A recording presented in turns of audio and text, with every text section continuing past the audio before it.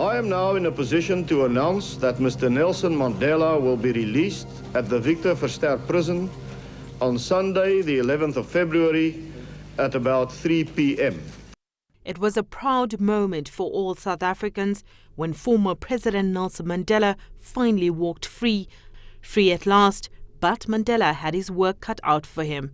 He needed to unite South Africans, but he also had to revive an ailing economy. South Africa was in a recession and on the verge of bankruptcy, largely as a result of international sanctions. The economic isolation, the sanctions, the disinvestment campaign were beginning to bite. The whole range of strikes, mass action, also led to, the kind of unpredictability within the country.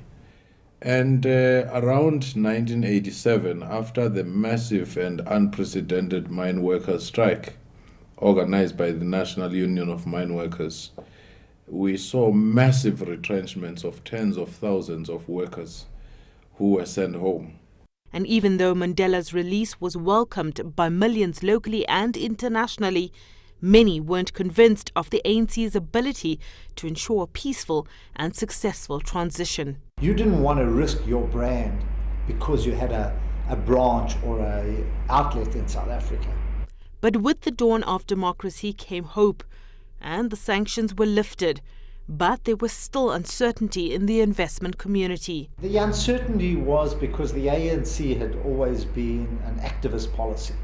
They'd never really been in charge, and one had to measure what they were going to do. And there were a lot of issues that kept investors away. Uncertainty.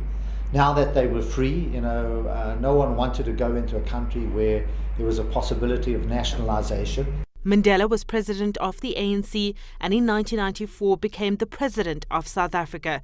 He focused his efforts into easing political and racial tensions and reassuring investors about the future of South Africa. He immediately realized that the atmosphere and the environment had changed. So he then talked mixed economy.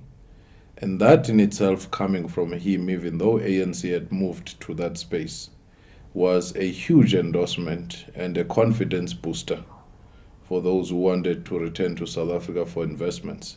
It was all about timing. The birth of a democratic South Africa coincided with many new developments in the global economy. Remember in the 90s, what did we get? Internet, cell phones. As I said, the break of communism opening up new markets. So for global markets, for the global economy, it was a wonderful period in which to survive, in which to make money, because everything changed. But not everybody believed that Nelson Mandela had the country's best interests at heart when he negotiated the terms of South Africa's democracy. Some still believe that Mandela sold out the majority of the people, more specifically the black population. Experts, however, say his role weighed heavily on reconciliation and the healing of the country. That Mandela, I would liken him to a Moses in a biblical sense. Helped people to move out of bondage. But it was not his cohort and his leadership generation that was to take us to the promised land. It's those who took over from him.